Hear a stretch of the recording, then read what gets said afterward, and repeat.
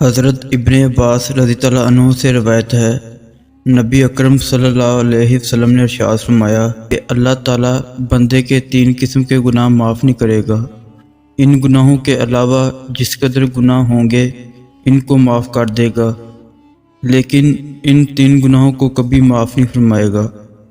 اللہ تعالیٰ کے ساتھ کسی کو شریک ٹھہرانا، جادو کرنا یا کروانا، اپنے مسلمان بھائی کے ساتھ حسد کرنا، یعنی اگر کوئی آدمی ان گناہوں سے توبہ کیے بغیر مر جاتا ہے تو اس کو معاف نہیں کیا جائے گا۔ ان گناہوں کے علاوہ اور جتنے گناہ ہوں گے اگر اللہ چاہے گا تو معاف کر دے گا۔ شرک اس قدر سنگین جرم ہے کہ شرک کرنے والے آدمی کا کوئی عمل قبول نہیں کیا جاتا۔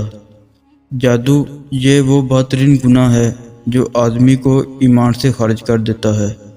حسد یہ ایسا زہریلا گناہ ہے جو آدمی کی سالوں سال کی تمام نمازیں، تلاوت، صدقات اور دیگر عبادات ایک لمحے میں برباد کر دیتا ہے۔